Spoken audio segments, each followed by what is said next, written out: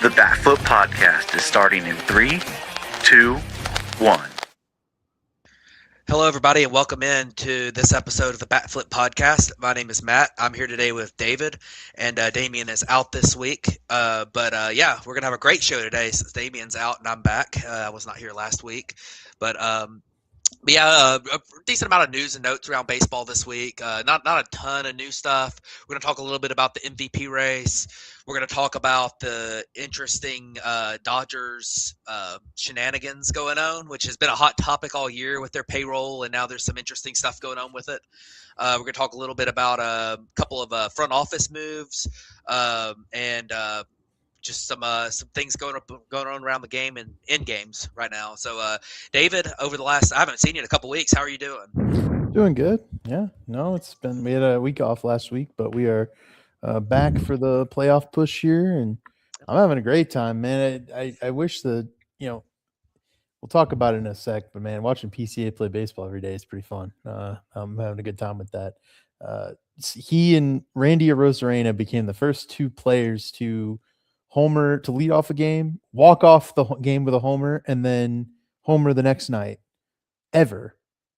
And they did it in the span of a week of each other. And both of them occurred, of course, that involved the Cubs. So that was super cool. Baseball history getting made every night with some obscure stuff this game's been around for 150 years. And we're putting together things that have never happened before. So that rules. So I'm doing great. How are you? I'm doing pretty good. My team hasn't been playing particularly well here over the last a couple of weeks, but they've been just a little up and down. So I think they'll get going again at some point. The Phillies have been absolutely scorching hot, so they've gotten really close. And I think the Braves are up by 3 games coming into the night. The Phillies are playing in Seattle. The Braves aren't playing tonight, so that's interesting. The Braves did play in a cool game last night, the Little League World Series game. Mm-hmm. There was also the Field of Dreams game in the last couple of weeks. I know in our last episode we talked about a little bit of that. Guess we can start getting into it. Mm-hmm. I guess the first thing we'll cover is kind of the big topic here. I know David really wants to talk about this one. Damien probably would want to talk about it too, but he's not here. So we're going to have a biased conversation. But the NL MVP race is pretty interesting this year. You've got 2 guys, one of them who has kind of come out of nowhere this year. I mean, to a certain level, like the improvements he's made in his game have been incredible. And then the other guy is the guy who wins it every year, it seems like at this point. Yeah. So, David, I think we're going to agree on this one, actually. I think we're going to agree on this one. Make your case for Pete Crow Armstrong in the NL MVP race. I tried to hold off talking about it on the podcast because this is a little bit slower of a week in the first place. And then, I mean, the talk on it is so hot right now. Everybody's discussing it. The talking points are fun. I will say, I think last year I was on the opposite end of this a little bit, but I was on the opposite end of it in the sense that if Cal Raleigh had won the AL MVP, right, he would have needed more wins above replacement than Aaron Judge. He was a full win above replacement behind, and I was arguing that, well, with the extra things he's doing, the extra contributions he's making, that is making up the gap and providing enough of a case to have him be the MVP. And I think PCA is in the place where Aaron Judge was last year. And I think he's actually even further ahead of Ohtani than Aaron Judge when it comes to the value he's put together for the team. Hi, Kitty. What's funny is I see a lot, right, about how valuable pitching is. And I was honestly looking at it today because, again, I've been talking about it on Twitter a bunch this week. But if you're thinking Ohtani coming back here in this last month is enough to sway things in terms of the pure wins above replacement value, I just don't know how much value that's going to generate. I was looking, Jacob Mizorowski's getting together like a win every 30 innings.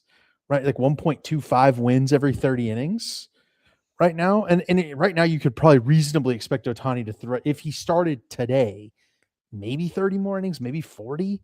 I mean, he's down to PCA 1.2 WAR already. And that's without the way they're playing right now, which, I mean, if you're going to continue playing elite defense and hitting, if PCA can get to 40-40, which he's on pace for right now, like, I don't see how Ohtani closes this gap. It's just one of those special years where I don't even think it's a debate at this point today. If you handed out the award today, it's not a debate. It's PCA. He's been that guy. He is crushing high leverage situations. I don't know if you've seen the numbers. He's got like a 200 WRC plus in high leverage. He's had hit like 3 or 4 walk-offs this year. I mean, just narratively, he is coming to life in the big moments and winning the Cubs baseball games. And with every single facet of the game too. He's done it with, he stole third and a ball dribbled by the Blue Jays third baseman and he ran home, right? He's doing it with the base running. He's doing it with the fielding. He's doing it with the bat. He's been a better hitter this year by WRC plus than Ohtani, and he's playing better defense. And so now you're trying to figure out exactly how valuable is pitching, how valuable is having an extra pitcher that can also hit. I think Ward's doing a pretty decent job. I think Ohtani having 7 WAR this year in a kind of down year, basically, is still incredibly valuable. I think that's showing how valuable he's been and how well he's pitched. But yeah, I mean, I think right now it's not even a contest. It's PCA. Yeah, absolutely. It's very interesting. Shohei's had a weird year for him. Mm-hmm. I mean, every year I guess it's kind of a weird year for him, but because he's such a unique player. But Shohei has been exceptionally good at the plate this year, but he has not been the same crazy elite guy. I mean, he's been unbelievable at the plate. Don't get me wrong. A 150 WRC plus, 288 average, 389 on base, 545 slugging. Exceptional numbers. The slugging is almost 100 points lower than it's been the last 3 years, though. Right. And I think that's something that doesn't mean Shohei hasn't been an insane player. And I think just if you ask me who's the best player in baseball, I'm still saying Shohei Ohtani, and it's not close. But this year, it hasn't been quite the same at the plate. The stolen base numbers are down some. And then, the injury's kind of been the thing here, right? Mm-hmm. Like he had that knee soreness. Shohei's, where he has not been the same level of elite at the plate. He's still been elite, but not the same level of elite at the plate.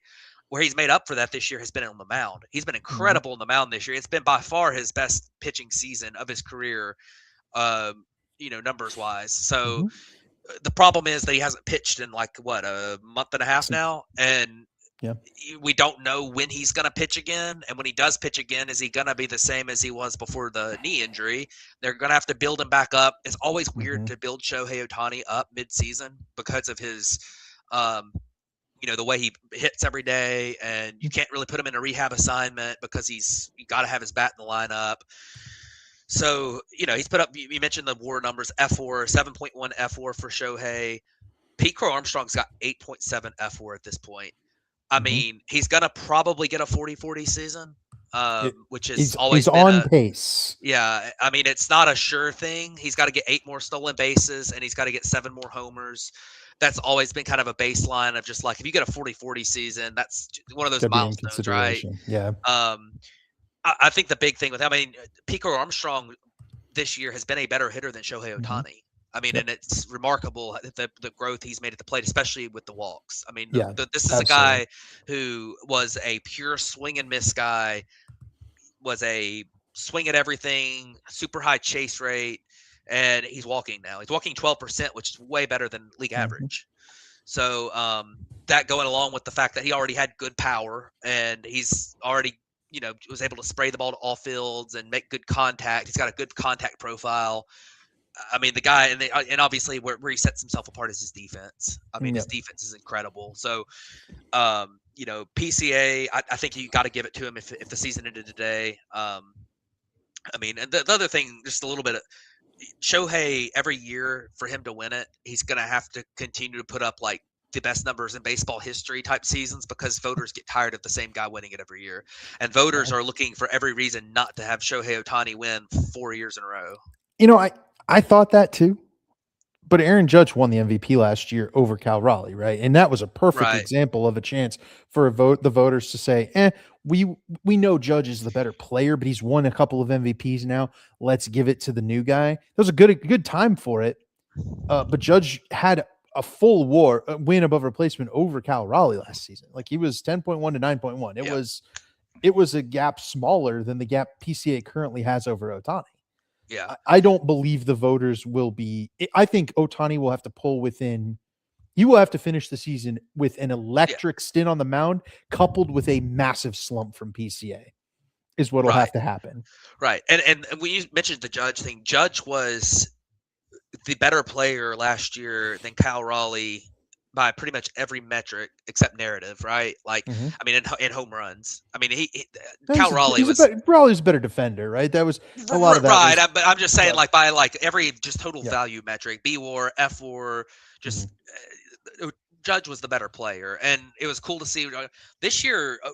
Pete Crow Armstrong's been the better player, and unless Shohei Ohtani passes him in WAR, which I don't really foresee that happening, because even if Pete Crow Armstrong does slump in September, the thing about Pete Crow Armstrong is last year he slumped the second half and he still put up like 2 WAR in the second half because his defense is so good and his base running so good. Even if he doesn't, even if his WRC plus on the season tanks to like 135, which would be a huge 21-point drop, he's still going to put up a couple of WAR in September because he's so good defensively. He's going to put up over 10 WAR, and I don't think Shohei's going to get to that this year.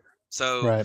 It's going to be close if Shohei gets to that, but I definitely think that Pete Crow Armstrong is the leader right now. I think that and honestly, like if it wasn't for the season Pete Crow Armstrong has had, would the Cubs even be a playoff team? I mean, that's another point, right? I don't think so.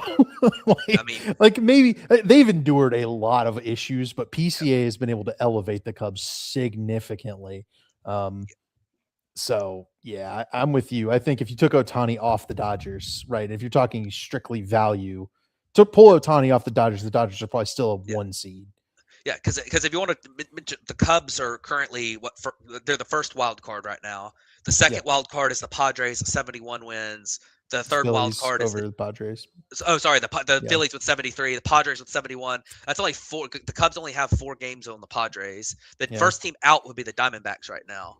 The Diamondbacks have 69 wins. Yeah. I mean, Pete Crow Armstrong's been worth it, and wins above replacement and wins on the field it's not different. Exact, it's not exact because you can always replace a player with somebody who has more than zero WAR. Zero, right? But if you just kind of think about like Pete Crow Armstrong's been worth winning 6 games this year.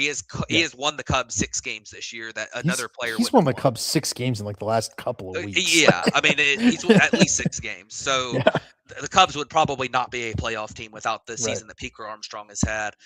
But definitely an interesting debate. Anytime Shohei Ohtani's involved in a value debate, it's interesting tough. Because it's so unique. It's hard to value what he does because there's always been that little bit of like, how do you value the roster spot that he allows you to have, type thing? How do you value the? And I don't think that.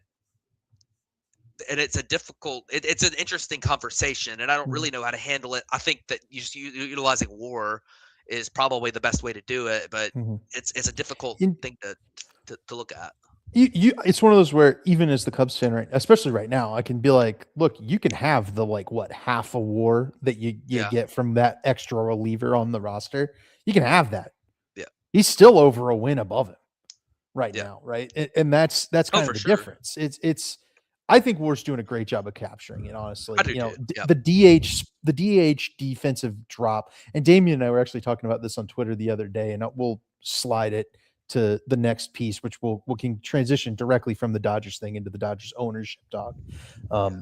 But I think WAR's doing a pretty good job in this case of detailing that Ohtani pitching, very valuable because Ohtani, the DH, he has 4 WAR as a hitter this year. He's put up 8 WAR seasons as a DH before.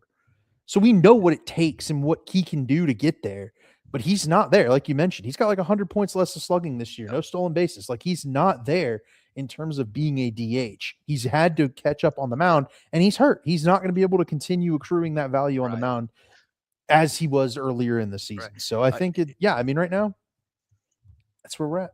Yeah, I mean, and just to show that I'm not being a Shohei hater right now, the fact that Shohei Ohtani having a down year is in a conversation with Pete Crow Armstrong having a just historically good year to still win MVP shows how great Shohei Ohtani is. Because he is having a down year for his standards, and even though he's been incredible this year, and Yeah. he's still like it's crazy, but he's the mountaintop for a he PCA to is. climb, right? Absolutely. That's what we're talking about. We're talking about a player scaling the mountain of outperforming a Shohei Ohtani on a season-long basis, and that's awesome stuff.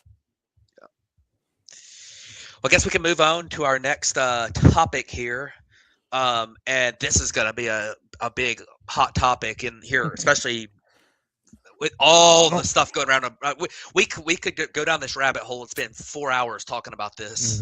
But the Dodgers owner, Mark Walter, is under investigation, and he could have to sell the Los Angeles Dodgers, his stake in it. He just had to sell his majority stake in the Lakers, Right?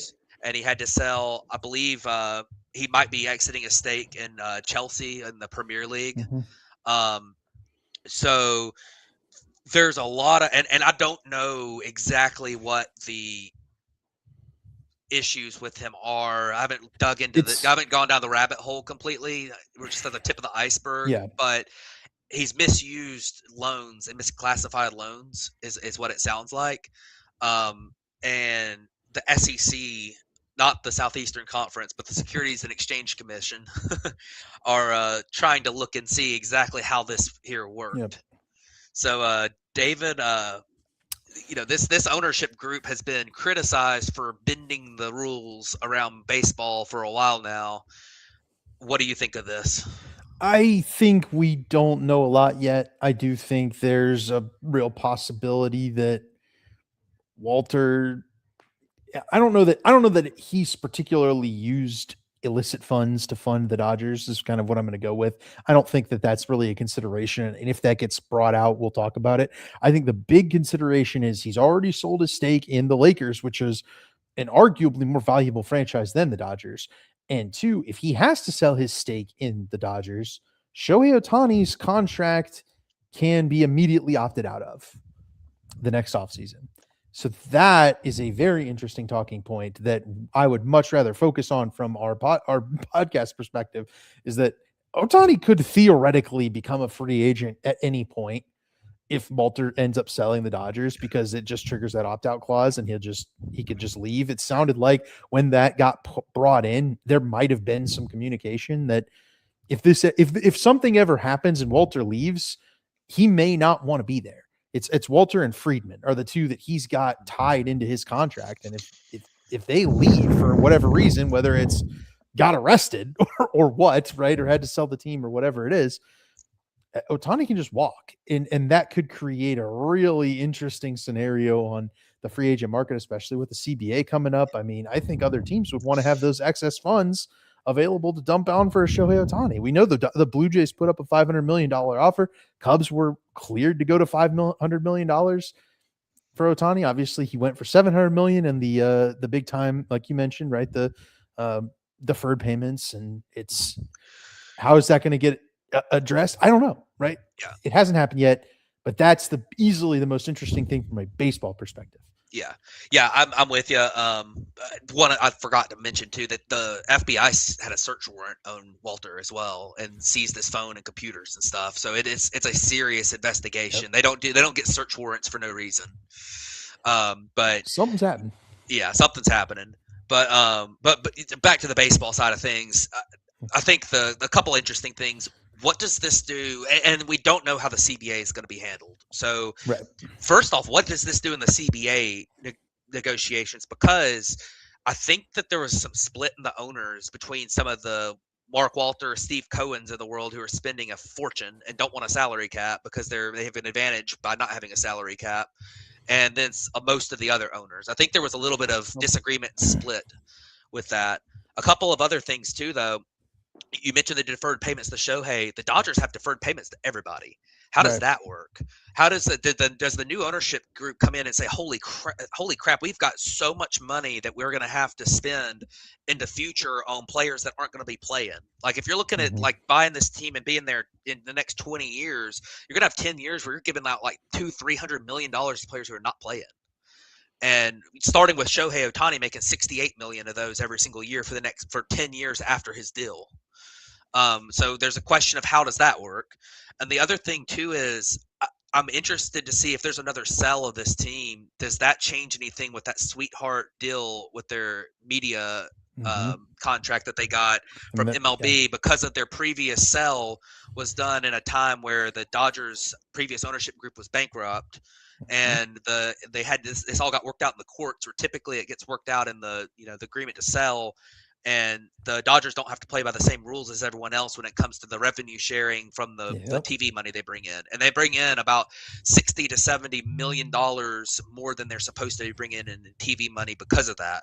Does that change with this new ownership group? Because that has helped them be able to fund this payroll too. Right. I know everyone thinks the Dodgers just have unlimited money because their ownership is rich, but a lot of it has to do with their revenue stream is crazy right now, and that's a big part of it too.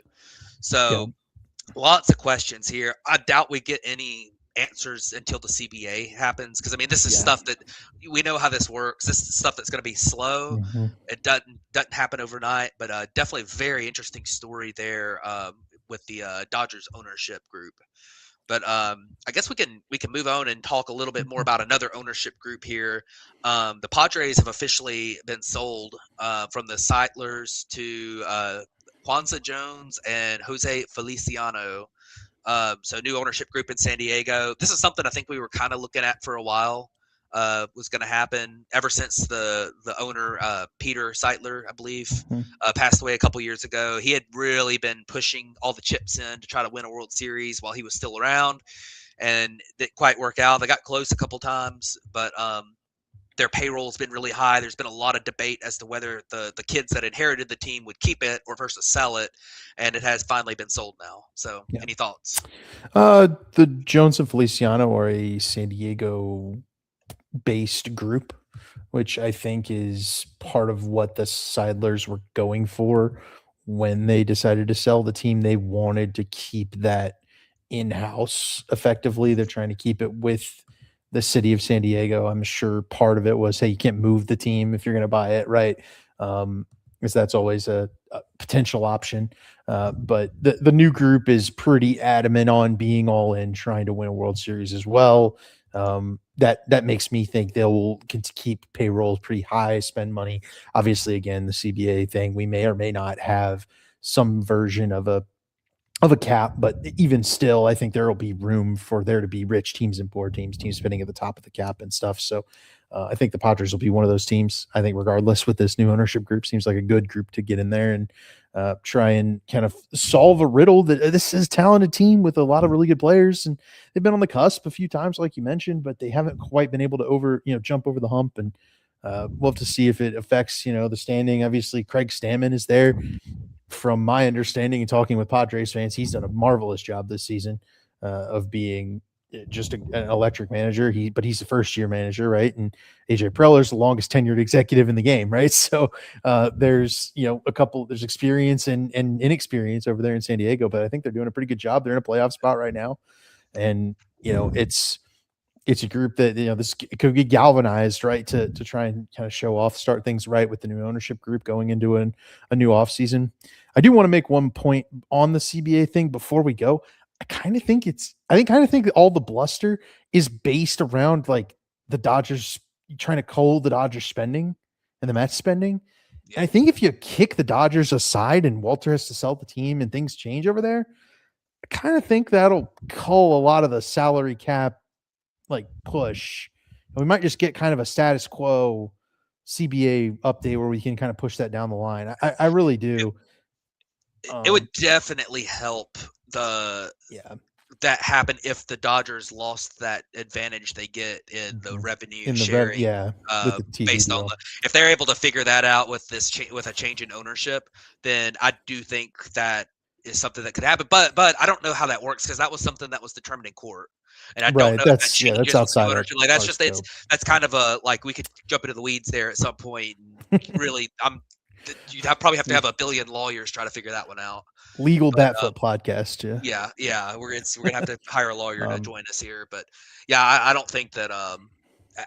Who knows? It could go in a million different ways. It's just a big variable thrown into baseball here.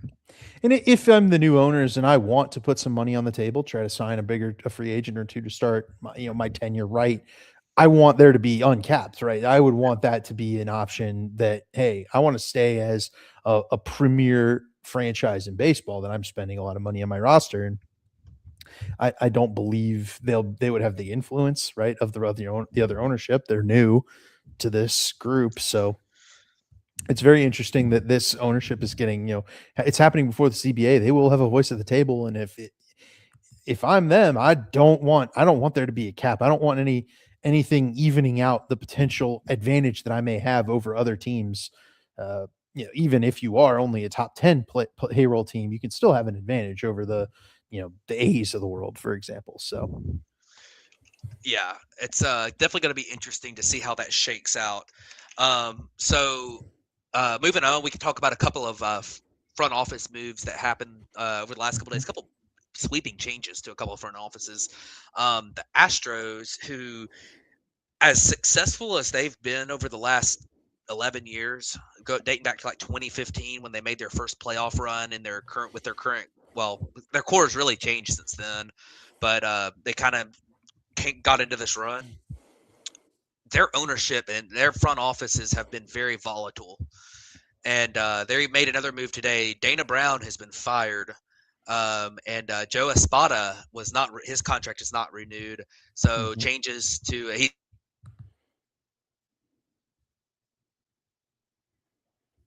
Uh-oh. Might have lost Matt.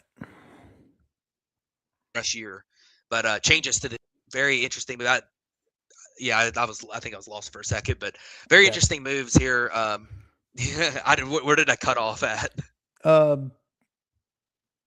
You said Joe Espada, and then you kind of froze. Okay, yeah. So Joe Espada was not renewed. He is staying with the team for the rest of this year. Yep. So very interesting move here. The Astros are currently in a playoff spot at 65 and 66. They are tied for the lead in the American League West, which is crazy.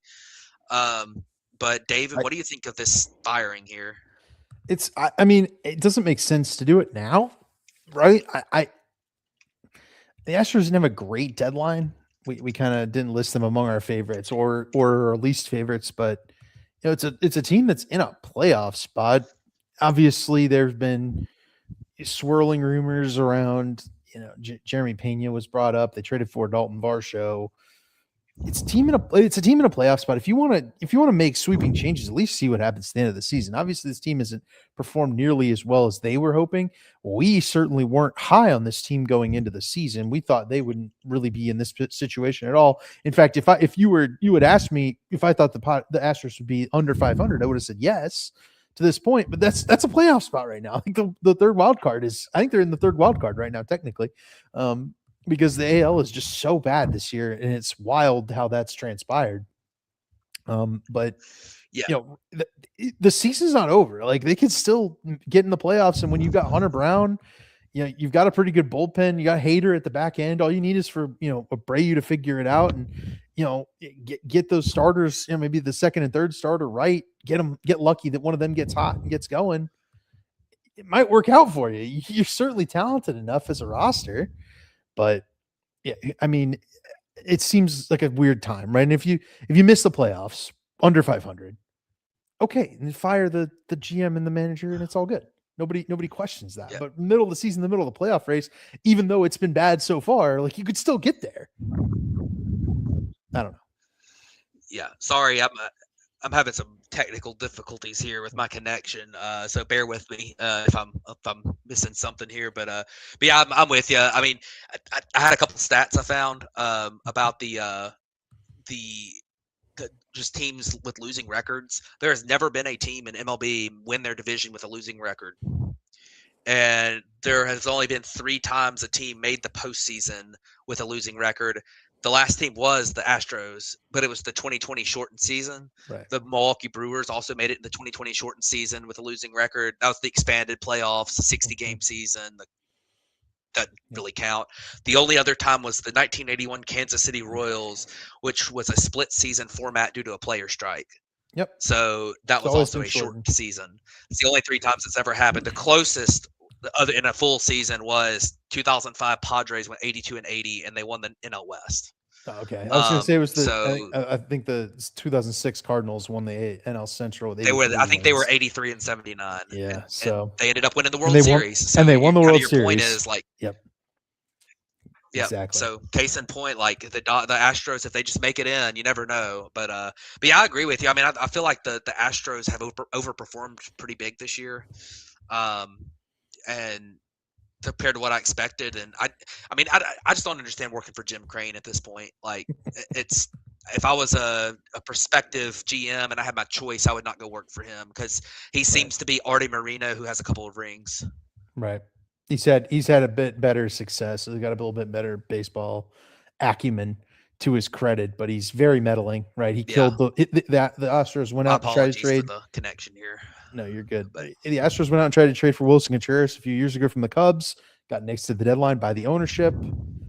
I mean, he's had his hand in a bunch of the owner. He pushed them to trade Tucker, which we criticized them for. That's obviously ended up looking okay, but yeah, it's just a very frustrating ownership situation. I don't really know that there's a lot Dana Brown could have done differently, especially the way the season transpired, and then kind of Crane pulled the rug out from under him in the offseason. No funds were really allowed. They didn't really make any signings because they didn't have the money for it. And yeah, it was always kind of doomed to have a rough season, but everybody had a rough season in the AL. So now you have to focus on the playoffs. Go out there and try and figure out what it is you can do to go and make things better. And pulling the rug from your manager in the middle of the playoff race is just, it's not a good look. And it doesn't give me good vibes going into September, where you've got to win games and hold off a team that's on paper very talented in the Mariners, and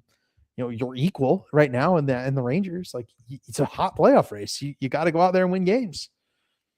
Easier to do when you're not focused on, easier to do when the manager's not focused on, well, I got to go job hunting next year. Yeah, so absolutely. So moving on, another team made some sweeping changes. Not quite the same as changing your GM, but the Marlins fired pretty much their entire scouting department. At least their main guys. It's an interesting move. I was wondering when it happened, because it's kind of unusual. A team just fires their entire department. I was wondering if maybe there was something that was going on behind the scenes that was like they were getting in trouble, or they kind of were forced to fire them.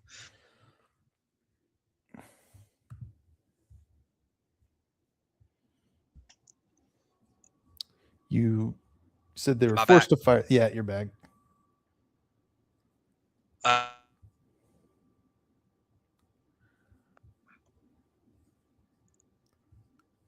Killing it. Yeah, I don't. Yeah, we don't know what the deal is really with the Marlins. But one thing I would note is that has been a group that has struggled to develop their draft picks. They've done a lot of trading with other teams, trading away good players. They've done a decent job developing starting pitching talent, but they have not been particularly successful at developing their own bats. Kyle Stowers, Owen Casey, Otto Lopez, even, they're all trade acquisitions. So the question would be, is there something to them trying to adjust the future when it comes to amateur draft scouting, or is this professional draft scouting? I don't know that we're 100% sure on that. And I don't think Matt is still back, so I'll just keep on going. But yeah, I think the Marlins are in a weird spot. Very young team, certainly got, a lot of potential ahead of them, but not this year. So, and Matt's fully gone. See if he comes back. I'll keep going though. Try to finish out this episode as quick as possible here. Tommy John died. The guy, the surgery he's named after. He was 83, former Twins pitcher. Obviously got his career resurrected when they figured out you can put the UCL back together. So rest in peace, Tommy John. But two, we thank him for his contributions to baseball. Obviously, without him, having the surgery and stuff, we wouldn't have pitchers being able to be put back together today. I think we got Matt back now. Yeah, let's see what's going on here. I think there's something wrong with my internet connection. I think it's all me. Yeah, you're good. I have never had a problem with it. So, you know anything about Tommy John, Matt? I know that Tommy John was a player in baseball history that is way more important than I think he'll ever get credit for. Back in the day, before the days of Tommy John, if you injured your elbow, you were just done forever. Or pitching under pain, or pitching with an injured elbow. I mean, you were just done. I mean, you were cooked. They would say you threw out your arm. And when Tommy John came around, got the experimental surgery done, it worked. He came back and pitched many years in the big leagues. He kind of proved that that it was possible to come back from that. And I think that I think obviously doctors will get a lot of credit for that, and they should, of course. But Tommy John also had to do it. He had to go through that experimental process and this risky surgery and all this stuff. And I think it's incredible that he was able to do that, and just the effect that has had on the game today is just remarkable. I mean, what that's done for the game today, it's really a big.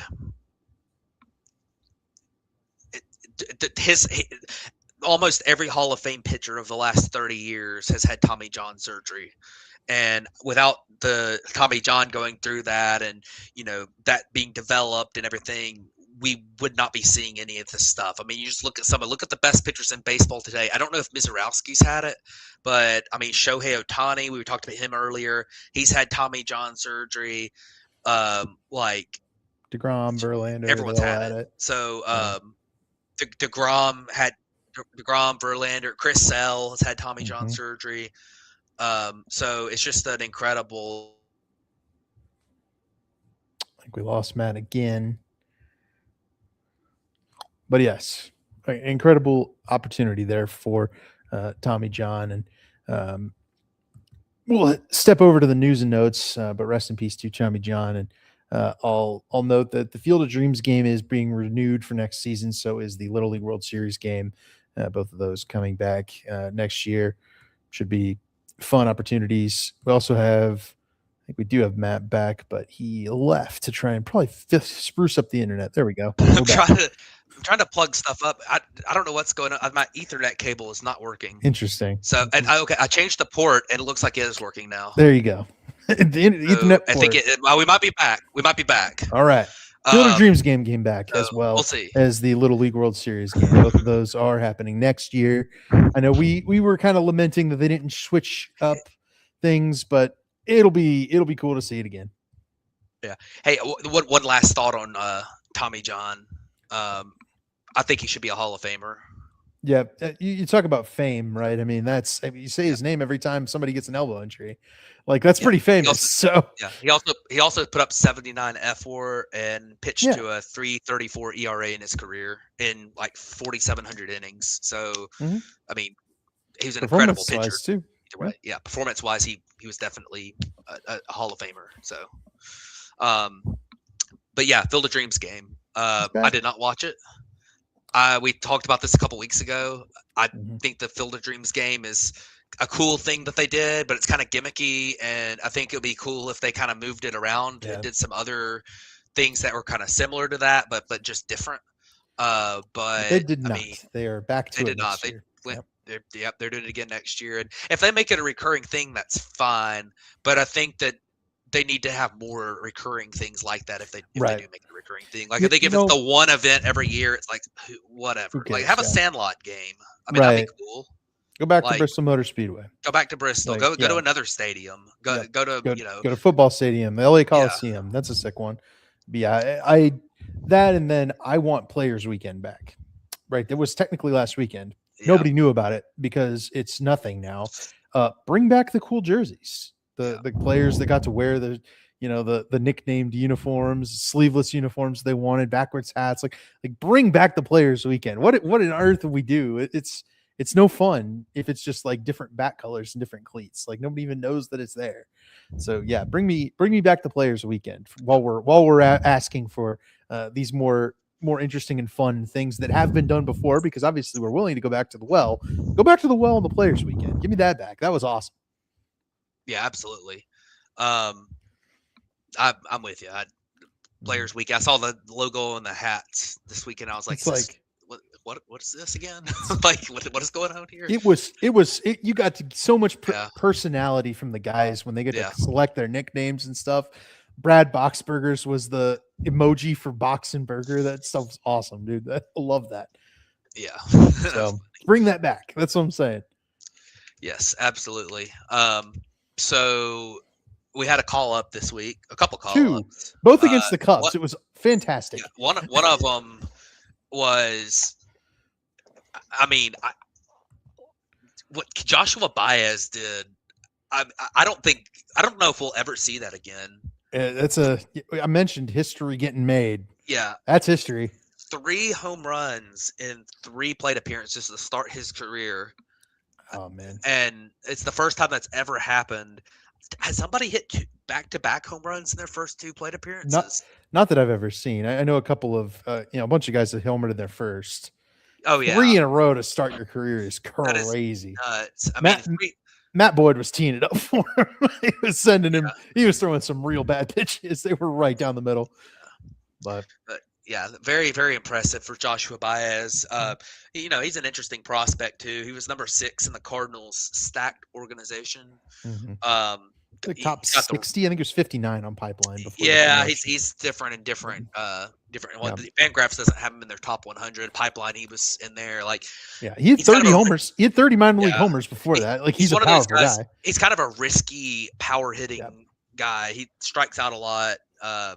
Doesn't walk a ton, but he's got raw power. I think he went 0 for 13 with 8 strikeouts after that, the 3 homers, and then he homered again. Yeah, he did hit a 4th home run, but he's got an 83 WRC plus in his first 10 games. So it hadn't been great as a whole, but that first game was remarkable. We'll see. I mean, it's a good chance. The Cardinals are not fully out of it, but they're probably out of it the rest of the year.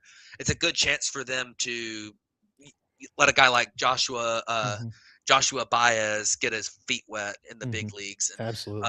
There's another Jay Baez that had a similar type of run back with the Cubs in 2014 before they or 2013 before they became. It was 14. End of 14, yeah. And kind of got his feet wet and had a similar break, just got a lot of popularity. He had a lot of home runs in the first week or whatever. Then homered. It was a go-ahead homer in his first game in the 10th inning against Colorado.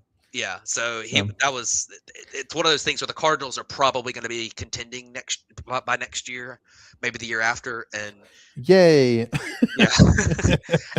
guys like Joshua Baez getting their feet wet, see what you got in him, see how much work he needs left. That kind of thing can be very helpful to them. But another guy that got called up, and this is a more important, I think, call up for the rest of this year.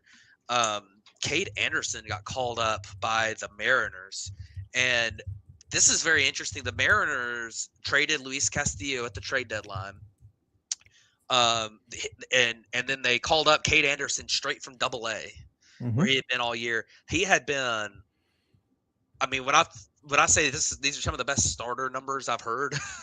His AA numbers are insane.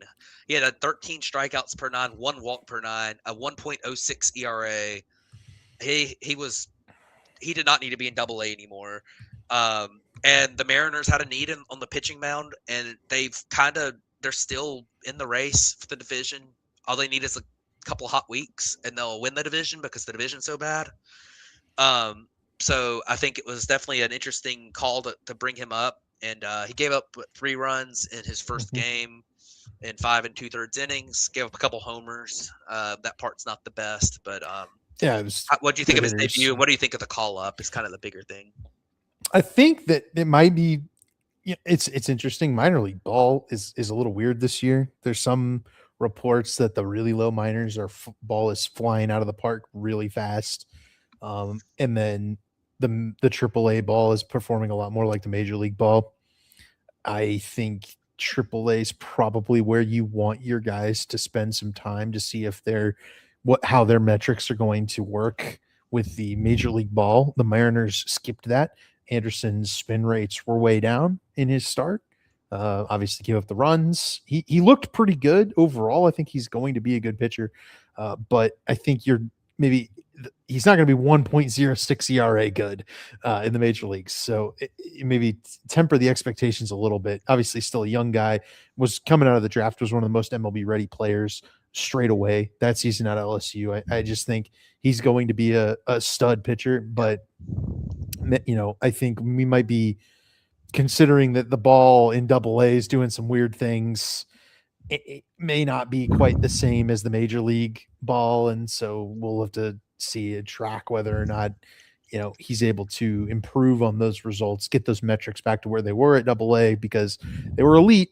He certainly looked like an elite starter, but it's real possible that a little of that was a facade from kind of the stuff going on with the minor league baseballs. Yeah, absolutely. Yeah, let's take a little pause here. We're about to talk about Deshaun Watson of baseball. Maybe not quite that bad, but the guy who just left his team in the middle of the week.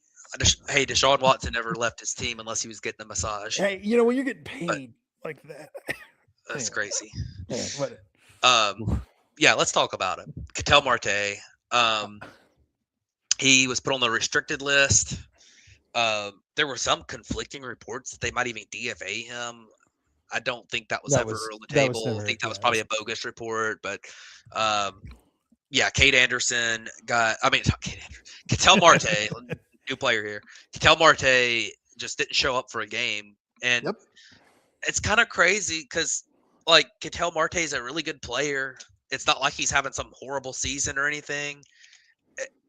It's just, for whatever reason, he's had a falling out with the team. He hadn't had a great season, but for whatever reason, he continues to have falling outs with the team. He did last year as well, and they're in the middle of the race. I mean, they are right there. They're just like a game and a half back, 2 games back of the Padres. So, what are we doing here? Why are we not showing up to games, not showing up to the team? I don't get it. I don't either. It's what's especially funny is Adam was in the chat. He and I were talking about a trade for Ketel Marte that night. And then they were like, Ketel Marte, we don't know where Ketel Marte is. I was like, I'm not trading for a guy they don't know where he is. He hasn't played a game since. Looks smart on my end. But I don't even he signed 2 different team-friendly extensions to stay with the Diamondbacks. And it's very clear he doesn't want to be on the Diamondbacks, which is super strange. Why would you sign both team-friendly extensions? That would have covered your entire career. You don't need to sign those extensions if you don't want to be there. It just doesn't make any sense. I don't know who his agency is or what, but it just seems to me that he's rushed into some decisions, because I think they tore up the old extension just a year or 2 into it and gave him the new one. And the new one is equally team friendly to the Diamondbacks based on a player that last season, let me get the number right. Last season, he was a 4.6 WAR player. Year before that, 6.3. Year before that, 4.3. This should be a highly paid, highly coveted free agent player. He signed 2 extensions with the organization that he is now trying to leave actively. What are we doing? What are you doing? I don't understand. It's very strange. And you're right. The Diamondbacks need him in this playoff race. Going to be hard to project them to catch the Padres or the Phillies or the Cubs if they don't have their second baseman, even though he's having a much worse season this year, only 2 WAR, 105 WRC plus before mysteriously leaving. And then he was spotted at a casino. So enjoying the money somewhere, I suppose, but I don't know, man. That's just wild. Let's hope he wasn't hanging out with Ipe at the casino. But anyways, it does sound like the Diamondbacks expect him back next week. Sure. So I don't know. It sounds like they're going to take him off the list next week. So I don't know what the deal is. I don't know if they're going to keep him on the list or if what's going on. But it's kind of a mystery. We don't really know what will happen there. But definitely something to keep an eye on for a team that's in contention here. So I guess we'll move on and just briefly discuss a couple of injuries. Big one this week, Dansby Swanson, 4 to 6 weeks. Oblique. That would put him getting back I believe he was put on the IL on the 17th, which was exactly a week ago today. So 5 weeks from now, that would be at worst 5 weeks from now. That would put him back like the last week of the season. Yep. If it's a little bit of a quicker thing, maybe middle of September, I think that's gonna be a big deal as to those last 2 weeks, and because if he gets into the playoffs and he's not ready, um, that wouldn't be great. Yeah. Sometimes obliques can be tricky. So hopefully Dansby gets back. Any thoughts on that? It's a huge injury. We've already seen it. The team's just a little bit worse with Nico at short, and they've got Pedro Ramirez playing second right now. Cubs claimed Gabriel Arias from the Mets, defense first shortstop, to be that kind of off the bench guy that can fill in defensively for Dansby. They're just starting Nico every day though, and I think Pedro at second. Just defensively, it's just a little bit worse, and that little bit is just something that the pitching staff the Cubs have assembled can't really afford because it's a bunch of grounder guys. So and Shota Imanaga, who loves to go up the home run. So it's like, they need that little extra bit that Dansby provides. This is a very impactful injury. If Dansby's not able to get back by the first wild card series, I mean that he won him the last year's wild card series. To tell you how important Dansby Swanson is to the defense. So huge injury. Really hope he gets back soon.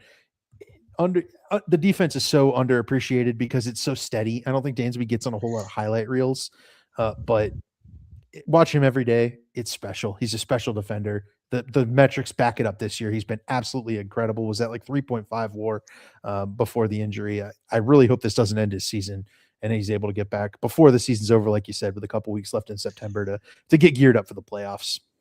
Yeah, and you mentioned the being back for the wild card series. Right now, that appears like it will likely be the Braves or Phillies in that. And wild card series. You need a Dansby Swanson in either of those cases. Yes, absolutely.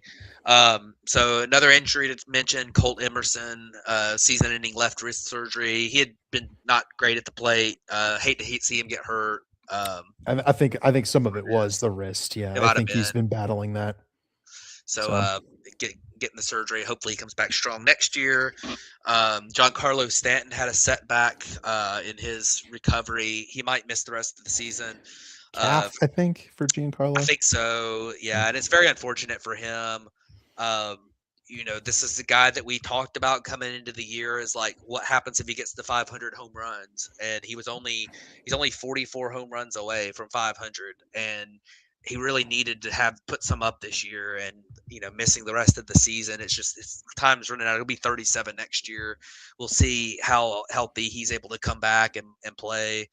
It's been a tough stretch for him. He's just seemed to be constantly injured for the last several years. The last time he played a full season without an injury was 2018. 2021 he played 140 games or 139 games. So that's close, but still. I mean, 4 or 5 years since that stretch. Yeah, absolutely. So that's a tough one. Andy Pages, 4 to 5 weeks, fractured hand. Unfortunate for the Dodgers. That's another one that would put him back right around the end of the regular season. Andy Pages got off to that just insanely good start to the season. He's cooled off at the plate a pretty good bit, but he still had a great season. Yeah. So that's definitely a player that hurts for them. Hurts the Dodgers to lose, especially with Kyle Tucker's struggles. So 4 to 5 weeks. We'll see if they can get him back right at the end of the regular season, and if he's able to get his feet wet again in the big leagues before the postseason begins. Jacob Wilson to miss the rest of the year. Any thoughts on Pages?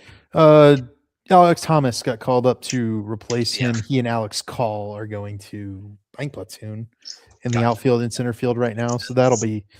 It's funny because the Dodgers are still so good. It's super unimpactful for the Dodgers, but maybe in the short series, if the Dodgers can't lock down one of the buys, which right now they're in a buy spot, that would help for getting Pages back for the playoffs. I think that's kind of the thing that Dodgers fans are going to want to look out for. Do you get to that buy?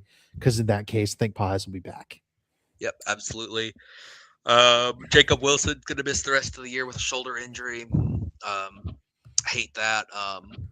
Yeah, He's been hurt all year with Yeah. that shoulder. I think it's time to. I think he's getting the surgery on it. I think that's why it's done. I think he'll finally, hopefully, put that to bed next year. Yeah, let's hope he's back to full strength next year because he was a really exciting player last year as a rookie for the A's. Tyler Soderstrom is out for the year as well. We talked about the A's are just They've been riddled. They've been riddled with injuries all year. So they're completely out of it. Soderstrom's had his share of injuries this year. It was just time for him to, he's done. Shut him down if he's got any kind of issues.